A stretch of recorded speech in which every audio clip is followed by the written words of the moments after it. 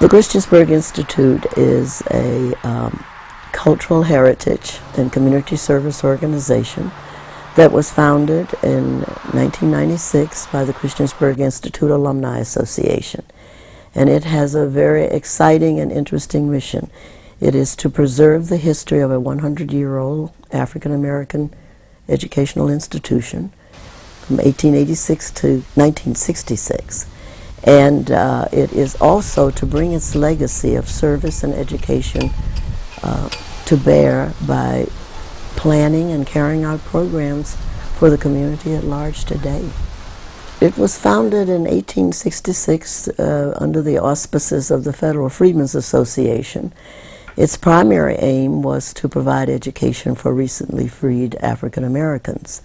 It was founded in Christiansburg by Captain Charles Schaefer, and it grew from a log cabin site through a wonderful four-room white frame building to a two-story 1884 building to an 1896 farm campus, and all of this was just continual offering education, growing from elementary up through normal certificates for teacher training, and finally grew to a 185-acre, 22-building campus.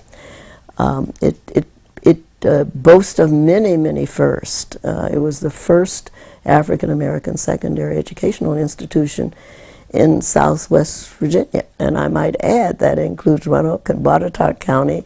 We don't even know the boundaries, but it was just a very unique and distinguished asset at that time to have it here. It was a boarding school.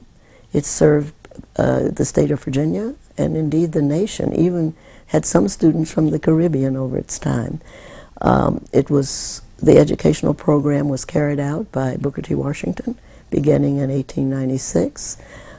It brought that model of technical, agricultural, and teacher training, as well as liberal arts and academic preparation for college and higher education, to bear. And it was run by the Friends of Philadelphia from the 1870s up until 1934. It was outstanding at its time, and it excelled in its educational offerings. And it became a public school under the management of Montgomery County in 1934. Its dormitories continued, but were closed in 1950. And of course, it became a full-fledged public school in 1947. It closed with desegregation. It took something away from your heart. It was something that it was a part of you, a part of your life story that no one could put back together. And there was nowhere else for you to go that made you feel that way. For me, I was gone when the school closed. Then for the young people who had to leave and then to go to other schools where they really weren't wanted, they had to make their own way and their own place. But during that unique time in history, that's just the way it was. The Alumni Association's investment in this began in 1976. And they have been building archival material, collecting artifacts and documents,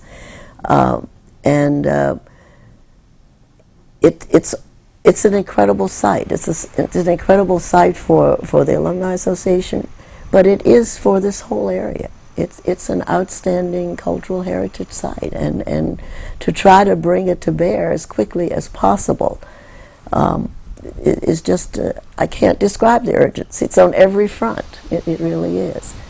We've come a long way. We started by trying to decide what we wanted and how we would go about doing it. It was important to preserve it historically, so we went for landmark designation for the Edgar A. Long building.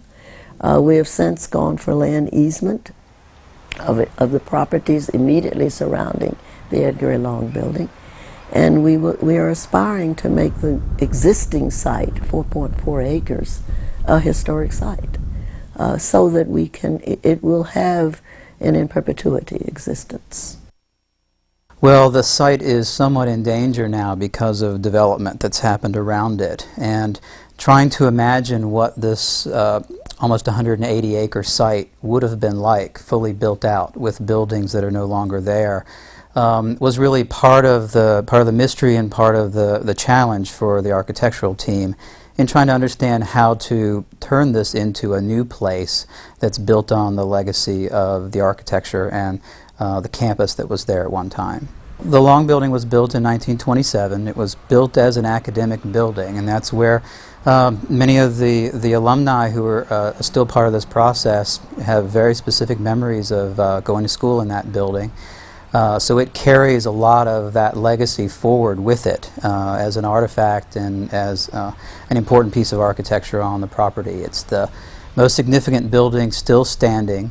It was one of 3 large brick structures that were somewhat Georgian in their design and development. And it was built at a time when students at the Institute played a role in its construction, so it brings that forward also with it. It carries a lot of information with it, carries a lot of memories, and it really is the representative building now for the campus of the Institute.